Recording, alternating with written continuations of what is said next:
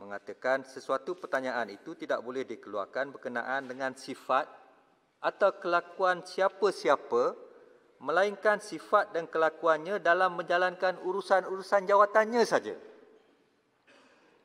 Tapi banyak kali juga saya dengar perkara yang lain mengenai sifat-sifat yang bukan mengenai sifat di dalam jawatan dikeluarkan dan diperbahaskan, bukan sekali, malah banyak kali. Bila ditegur, ditarik balik, tapi dibuat semula.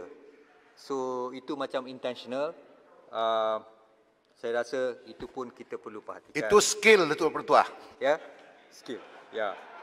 Tapi kalau saya hukum, itu pun skill juga. Ya. Kemudian sesuatu pertanyaan yang menuduh atau yang membayangkan tuduhan. So, meaning yang tersurat dan yang tersirat lah. So, kita menyindir itu, kita implied, menuduh ataupun yang membayangkan tuduhan terhadap sifat diri seseorang itu. Tak boleh sebenarnya. Semuanya ada dalam peraturan. Kalau boleh, yang berhormat ambil sedikit masa untuk baca peraturan tu, will be very helpful sebenarnya, dengan izin. Kemudian, of course, kita ada menjadi satu kesalahan untuk menggunakan bahasa kurang sopan, biadab, atau membuat pernyataan yang seksis. Kemudiannya, seseorang ahli tidak boleh mengeluarkan sangkaan jahat ke atas sesiapa-siapa ahli lain. So, kalau kita kata pencuri, pengkhianat, petualang dan sebagainya, kecuali kalau perkara itu boleh dibuktikan secara fakta, saya rasa tidak kita boleh bercakap di Dewan ni. Ya. Kerana mengikut peraturan-peraturan masyarakat juga, seorang ahli itu adalah bertanggungjawab untuk memastikan apa yang beliau katakan di Dewan ini adalah satu fakta. Ya. Kemudian di dalam apa-apa perbahasan tidak boleh disebutkan, sekali lagi, kelakuan atau sifat siapa-siapa ahli-ahli parlimen atau siapa-siapa pegawai kerajaan selain daripada kelakuan pada menjalankan urusannya saja. So, sifat semasa menjalankan urusan dia saja. Dia pecah amanah ke semasa menjalankan urusan, itu boleh. Tapi sebagai sifat peribadi, tak boleh.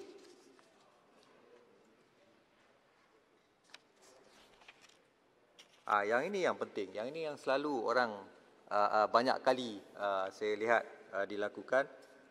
Pengurusi boleh tidak membenarkan mana-mana ahli meminta penjelasan sekiranya didapati bahawa majlis mesyuarat tidak mempunyai masa yang secukupnya.